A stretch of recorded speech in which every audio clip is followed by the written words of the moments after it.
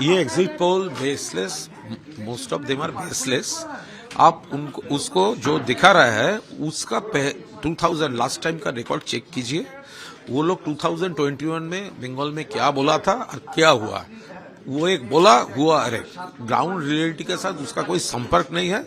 हम लोग उसका ऊपर वो कोई इम्पोर्टेंस हम नहीं दे रहे हैं। दादा, देखा गया है कि कुछ एग्जिट पोल ऐसे भी हैं जो कि टीएमसी को भी दिखा रहे हैं कि वो विन कर रही है, जबकि ममता बनर्जी जो टीएमसी को दिखा रही है इसके मतलब उसका जो वो उसका ग्राउंड से सर्वे ठीक ठाक है। सीएम ममता बनर्जी ने भी कहा है कि टू मेजॉरिटी से हम वापस आ रहे हैं। हाँ, तो जो ग्राउंड में काम करेंगे तो वही फ्लेवर होगा। जो घर में बैठकर भाजपा का इंस्ट्रक्शन से करेंगे तो उसका दूसरा रकम होगा। एक क्वेश्चन, और कितनी सीटें आप मान रहे हैं कि हम लोग 235 प्लस और बीजेपी विल नॉट क्रॉस 50। पहले तो बात है कि इतनी उतावले होने की कोई जरूरत नहीं है। सब 4 तारीख तक वेट कीजिए। हाँ, जिस तरीके से इलेक्शन हुआ और जिस तरीके से लोगों की भावनाओं को उछाला गया, जिस तरीके से लोगों को परेशान किया गया और जिस तरीके से आज निर्वाचन के दिन जो लोग निकले थे, वोटर्स थे, वो सब वोटर्स है, यहाँ के बंगाल में रहते हैं। और उन पर जिस तरीके के उनके संग जिस तरीके के सेंट्रल फोर्स ने आचरण किए, ये सब की जिम्मेदारी ईसीआई को भी लेना होगा और लेना होगा केंद्र सरकार को भी।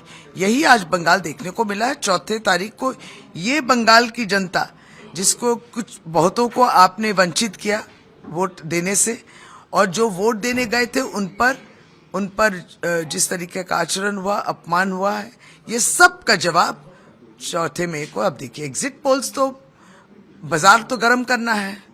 ऐसे एग्जिट पोल्स हम लोग पहले भी देखे हैं, जो एग्जिट पोल्स एकदम तृणमूल कांग्रेस को डुबा रहा था।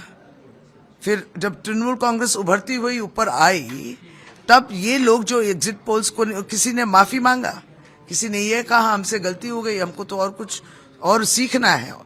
तो ये सब चलता है। हालांकि दीदी ने दावा किया है कि 2/3 मेजॉरिटी से फिर से टीएमसी एकदम जरूर आपको जमीनी स्तर पे रहने से और एकदम निष्पक्ष रूप से अगर आप एग्जिट पोल करें तो आपको निष्पक्ष मूल्यांकन भी मिलेगा। एक क्वेश्चन, और ये फेज 2 में एक व्यक्ति की मौत हुई है। इलेक्शन कमीशन का कहना है कि बीमार हो गए थे, उम्र थी उनकी, जिसकी वजह से उनकी मौत। नहीं तो इलेक्शन कमीशन मानने से उसी को हम भगवत गीता मानेंगे, ऐसा भी तो कुछ बात नहीं है। उनको भी तो प्रमाण करना है। ये बात साफ तौर से सेंट्रल फोर्स की लाठीचार्ज हुई, वो इलेक्शन वोट देने ही आए थे और उनके संग जो बर्ताव हुआ था, उसके बाद जो मार वो खाए, उसके बाद आमता हॉस्पिटल में उनकी मृत्यु हुई। यही सही है और इसी ब्रुटैलिटी और इस अत्याचार के विरुद्ध ही हम लोग कह रहे हैं कि आज केंद्र सरकार, भाजपा की सरकार ने अपनी वाहिनी को छोड़ दिया। उसका नाम था सेंट्रल फोर्स। उनका ये काम नहीं है, लेकिन उनके द्वारा ये काम करवा रहे थे। बीजेपी हारेगी।